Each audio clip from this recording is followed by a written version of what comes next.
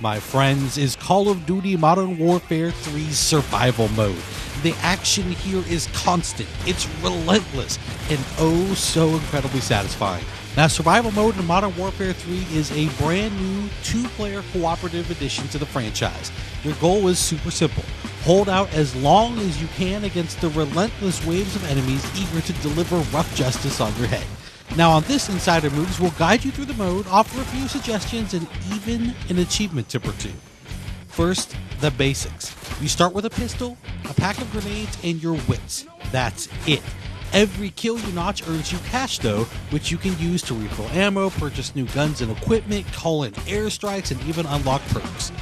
You're even rewarded with cash based on how fast you complete a round, how accurate you are, how little damage you take, and so on.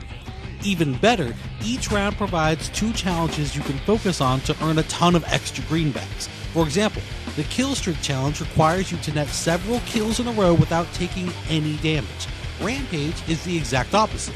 You need to kill as many as you can as fast as you can to fill the gauge. Other challenges include knife streaks, flash kills, quad kills, and more. Focusing in on at least one of these each round is a great way to earn extra cash and increase your score. Now, at first, you'll have just the guns and ammo crate unlocked, but after 3 rounds, you'll have access to the explosives and air support caches as well, including access to claymores, C4, predator missiles, airstrikes, strike teams, and a whole lot more. Now, for my part, I actually prefer not to really spend any of my money on guns and ammo. Your opponents will actually drop plenty of that, starting with shotguns and graduating to MP5s, AK-47s, ACRs, and more. Instead, I spend my cash mostly on air support, explosives, and the invaluable sentry turrets. While you can get away in the early rounds kind of running and gunning, eventually you're gonna need to hunker down and set up a defensible position indoors if at all possible.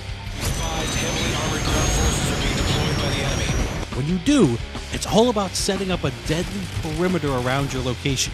Your goal is to thin out the enemy ranks as much as possible before they get to you. To this end, I stock up on claymores and set them on the pathways to my location. I also toss C4 in an entrance for when they finally start pouring in. Finally, it's worth buying 2 sentry guns and placing them so they have the longest sight lines possible near your defensible location. Be careful though, enemies will target the turrets, so you've got to protect them when possible.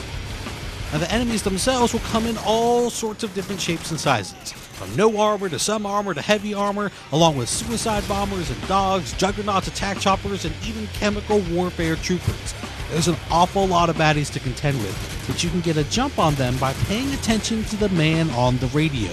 Your guide to survival will pipe up at the beginning of every round and give you a heads up on what enemy types are coming. Team, enemy air support is headed in from all directions. Find cover.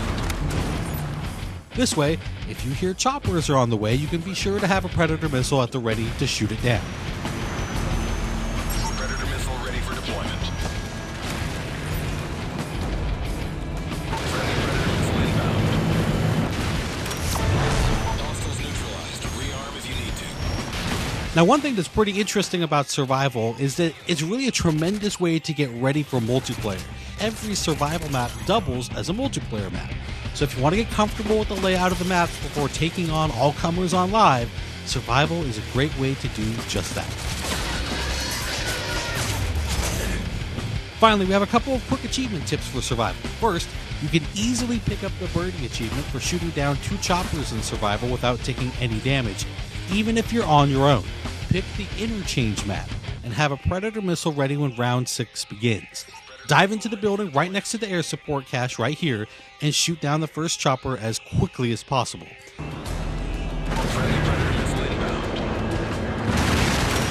Now sprint outside to the cache as quick as you can, buy another predator missile, and then head to this corner inside. This corner in particular because it's just really tough for the other chopper to see right where you are. Take it down as fast as you can and savor the 20 gamer score.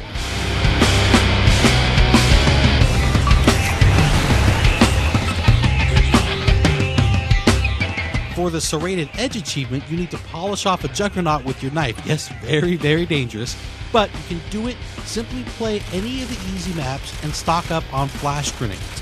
When you get your first juggernaut, you want to soften them up at least a little bit with some gunfire or a frag grenade or 2.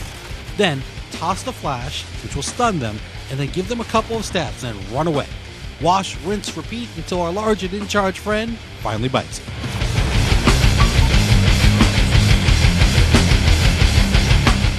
There you have it, my friends. I hope you've enjoyed our look at survival mode in Call of Duty Modern Warfare 3. More importantly, I hope you enjoy your time with the mode when you get your hands on the game.